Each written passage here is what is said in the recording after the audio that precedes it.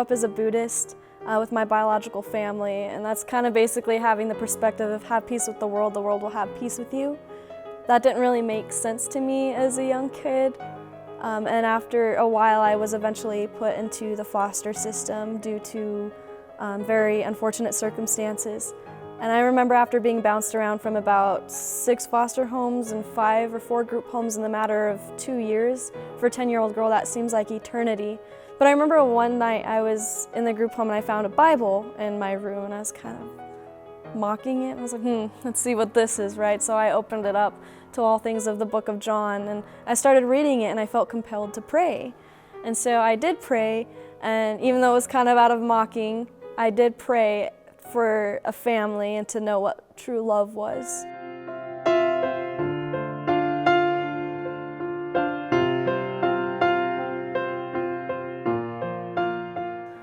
And lo and behold, 2 weeks later, a Christian family had came and visited me in the group home and expressed interest in fostering me. And I thought that's not a coincidence. And it was just interesting, you know, through a couple of months, they took me in and they loved me. They showed me just what real people are. And they never forced me to go to church, but they encouraged me. And that's what compelled me to go to church. And I loved it. And eventually they sent me out to a church camp in California, which is where I was saved. That was the very day I did give my life to Christ.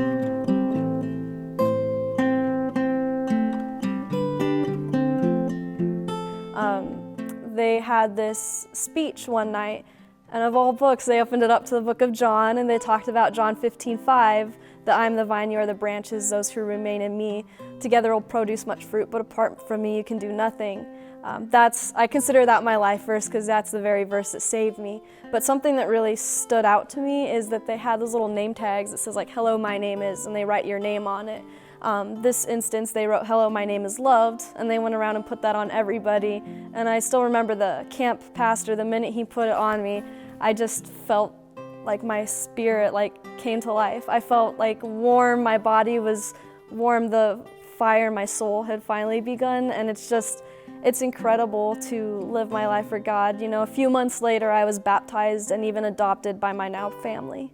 I remember right after I was baptized that I was in the congregation with my parents singing along to one of the worship songs, and there was a lady sitting in front of me. She just turned around and said, "You have a really nice voice. Do you want to be up there with them?" I was like, not really, maybe, I don't know. But next thing I know, the worship leader of my home church reached out to me, and lo and behold, I've been serving with them for 10 years now. Music has always been there for me, and God directed me to go study worship arts and Christian studies in school, and it's so powerful to surround yourself with those kind of people. Before, I was living my life for me and trying to fit in and impress other people, but ever since I've learned to walk beside Christ, I'm living for Him. I like to try to live like He would and encourage other people and just love other people, whether it be, you know, when I worked at a coffee shop and I just, you know, smiled at somebody or said a compliment. Just, you know, you never know what even a small compliment may do. You can change somebody's day or even life.